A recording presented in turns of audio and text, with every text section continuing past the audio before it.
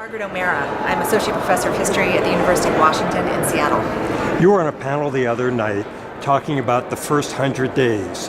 One of the points that you made ably was that Trump's voters may be disappointed by what he can accomplish.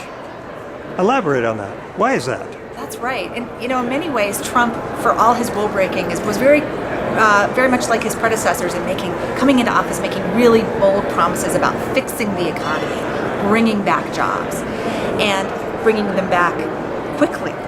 And it's a process that takes much longer. It's not something that's accomplished in the first 100 days, or 4 years, or even 8 years. And if we look at real patterns of sustainable economic growth and dynamism and job creation, they take a long time. Do you think his voters are going to turn on him if he doesn't have instant results? Well, they might, maybe not. He could have an experience like Bill Clinton, whose popularity plummeted 100 days in because he had come in promising big things and had not been able to deliver, and also had not been able to follow through on campaign promises like a middle-class tax cut.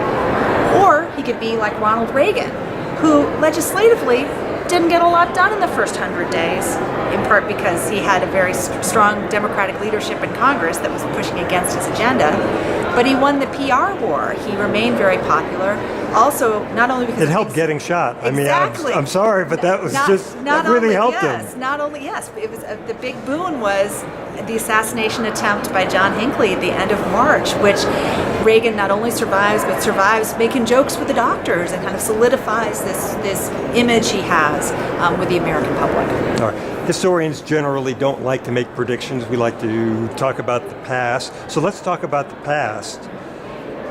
Does Donald Trump represent a departure from the past, a sharp break from the pattern of American politics? Obviously, we haven't had a president or president-elect like Donald Trump before.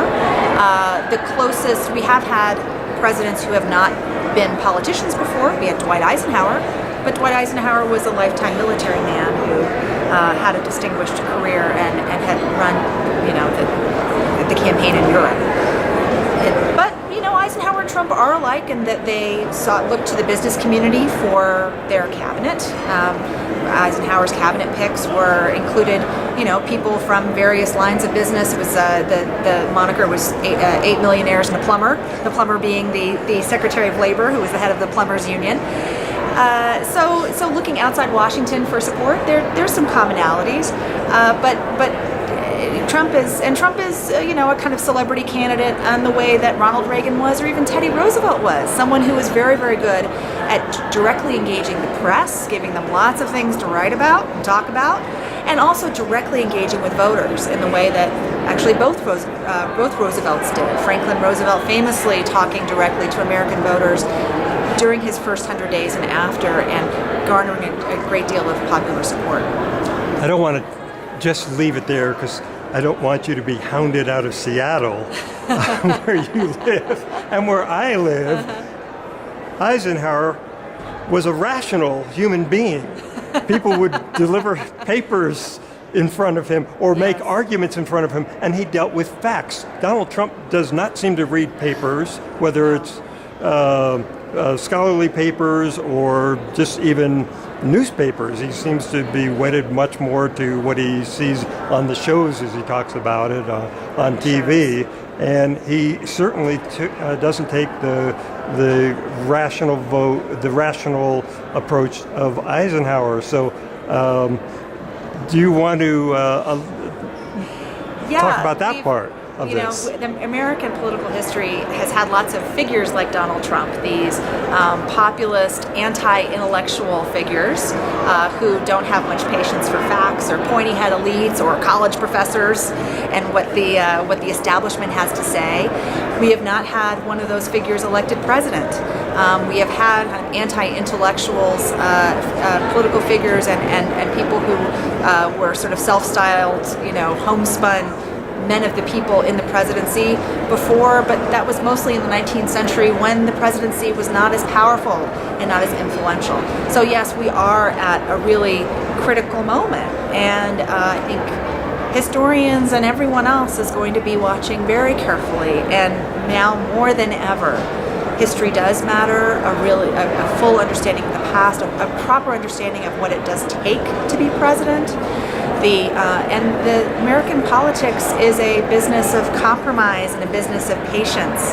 And those are two qualities that the president-elect has not yet exhibited. And I really hope that he will learn from his predecessors in office as he goes forward. Last question, what's your biggest fear of a Trump presidency? Or are you full of hope? I'm not full of hope. The one thing that I will say that Trump election has shaken up an American political system and the two major parties that needed some shaking. Did they need this type of seismic event? Probably not. I think that certainly on the domestic side, Trump's administration is looking much like the administration of any very conservative Republican might look like. If someone like Ted Cruz or even Mike Pence were president, we would see similar things on the domestic side. On the foreign policy side, that's where it becomes more unpredictable, and more concerning, where presidents since for the last 75 years have really adhered to these processes of protocol, this larger intelligence and national security apparatus that surrounds the president, that kind of protects America from its enemies and from rash decisions from the Oval Office. And now all bets are off. Do you have any suspicions about why Trump seems to be constantly apologizing for Putin? He's Putin's big American apologist. How is that possible? Is it bank loans? Is it something? Somebody the other night said that there were secret bank loans from Russian bankers, and that's money was used to help Trump bail himself out of his bankruptcies after the casino business nosedived in Atlantic City. I haven't seen any evidence of that, and I wish I had that person around. They were on your panel, and they just kind of let that out there. Do you have any sense of this? I don't, but that's why we have I have great hopes for great investigative reporting. I think now is like 100 years ago when you had the famous muckrakers of McClure's Where's our Ida Turbo? We need our Ida Turbo. But I think we do have that, and I think there's been some amid all of the fake news and all the bluster and all the talking heads, there's been some incredible investigative reporting. I hope that will continue, that all of us as historians and as citizens are really looking to journalism to help uncover some of these potential conflicts. Thank you.